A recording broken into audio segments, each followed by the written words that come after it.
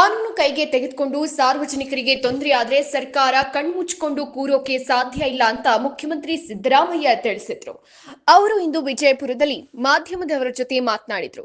ಪಂಚಮಸಾಲಿ ಸಮುದಾಯದವರು ಪ್ರವರ್ಗ 2A ಅಡಿಯಲ್ಲಿ ಮೀಸಲಾತಿ ಕಲ್ಪಿಸುವಂತೆ ಕೇಳುವುದಕ್ಕೆ, ಚಳವಳಿ ಮಾಡುವುದಕ್ಕೆ ನಮ್ಮ ತಕರಾರಿಲ್ಲ. ಆದರೆ ಶಾಂತಿಯುತವಾಗಿ ಪ್ರತಿಭಟನೆ ಆಗಬೇಕು, ಕಾನೂನನ್ನ ಯಾರು ಕೈಗೆ ತೆಗೆದುಕೊಳ್ಳಬಾರದು ಅಂತ ಮನವಿ ಮಾಡಿಕೊಂಡ್ರು.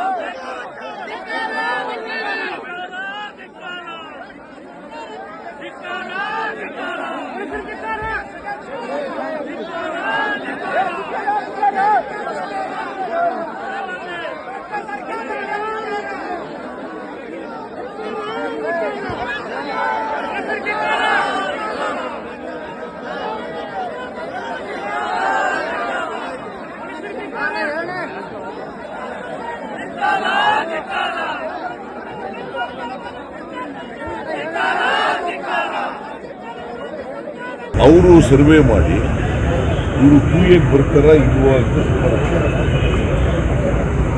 ಶಿಫಾರಸ್ ಬಂದ ಮೇಲೆ ನೋಡೋಣ, ನೀವು ಹೋಗಿ ಅಂತ ಹೇಳಿದ್ರು. ಅವ್ರು ಹೋಗ್ದೇನೆ ಚಳವಳಿ ಮಾಡ್ತೀವಿ ಅಂತ ಒಂದು. ಎರಡನೇದು ಇವರು ಚಳವಳಿ ಮಾಡ್ತೀವಿ ಅಂತ ಹೇಳಿದ್ರು, ಮಾಡಿ ಟ್ರ್ಯಾಕ್ಟರ್ ಮೂಲಕ ಮಾಡ್ತೀವಿ ಅಂತ. ಟ್ರ್ಯಾಕ್ಟರ್ ತಗೊಂಡ್ಬಿಟ್ಟು ಚಳವಳಿ ಮಾಡ್ತೀವಿ ಅಂತ ಟ್ರ್ಯಾಕ್ಟರ್ ಮೂಲಕ ಮಾಡೋಕ್ಕಾಗಲ್ಲ. You went to the court. ಕೋರ್ಟ್ನವ್ರು ಏನು ಹೇಳಿದ್ರು, ಶಾಂತಿ ಯುತವಾಗಿ ಮಾಡಿ, ಸಾರ್ವಜನಿಕರಿಗೆ ತೊಂದರೆ ಕೊಡಬೇಡಿ. ಇವರು ಶಾಂತಿಯುತವಾಗಿ ಮಾಡೋದ್ರ ಬಿಟ್ಟು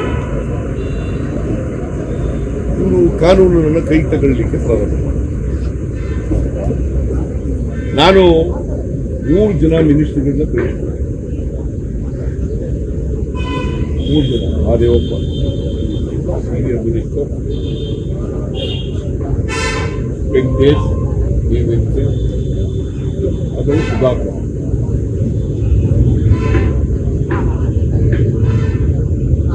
higher education minister Sudhakar, Venkatesh, Mahadevappa 3 ಜನ. ಅವರು ಕರೆದಿದ್ದಾರೆ. ನೀವು ಒಂದು 15 ಜನ ಬರ್ತೀವಿ, ಚೀಫ್ ಮಿನಿಸ್ಟರ್ ಜೊತೆ ಮಾತಾಡ್ತೀವಿ. ಆ ಚೀಫ್ ಮಿನಿಸ್ಟರ್ ಜೊತೆ ಮಾತಾಡಿಸ್ತೀವಿ ಅಂತ ಕರೆದ್ರೂ ಕೂಡ ಬರಲಿಲ್ಲ. ಇಲ್ಲ, ಚೀಫ್ ಮಿನಿಸ್ಟರ್ ಬರಬೇಕು ಇಲ್ಲಿಗೆ. ಚಳವಳಿ ಮಾಡೋ ಮಾಡ್ತಾರೆ, ಚಳವಳಿಗಳು ಭಾಳ ದಿನ ಮಾಡ್ತಾರೆ. ಎಲ್ಲ ಕರೆದಕ್ಕೆಲ್ಲ ಹೋಗಕ್ಕಾಗತ್ತೆ. ಚೀಫ್ ಮಿನಿಸ್ಟರ್ ಸುವರ್ಣಸೌಧಕ್ಕೆ ಕರೆದು ಬರ್ರಿ ಮಾತಾಡೋಣ. ಯಾಕಂದ್ರೆ ಎಲ್ಲ ಚಳವಳಿಗಾರರ ಜೊತೆ ಮಾಡೋಕ್ಕಾಗಲ್ಲ. ಅವ್ರಿಗೆ 8,000 ಜನ ಇತ್ತು. ಆಗ ಏನ್ ಮಾಡಿದ್ರು, ಇವ್ರು ಕರೆದ್ರೂ ಬರಲ್ದೇ ವಿಧಾನಸೌಧಕ್ಕೆ ಅಲ್ಲ ಸುವರ್ಣಸೌಧಕ್ಕೆ ನುಗ್ಗಕ್ಕೆ ಪ್ರಾರಂಭ ಕಲ್ಲೊಡೆದ್ರು ಪೊಲೀಸ್ನವರು. ಏನ್ ಮಾಡ್ಬೇಕು ಈಗ?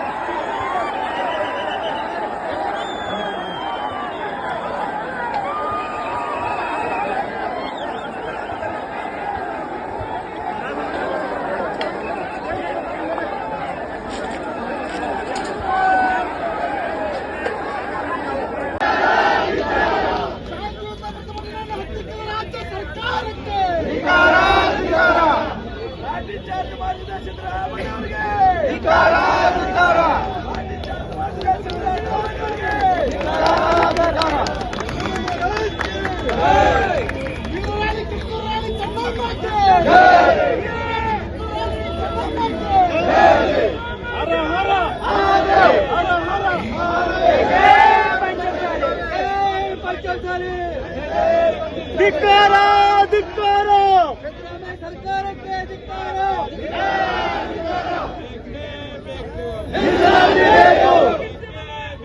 ಮೀಸಲಾತಿ ಬೇಕು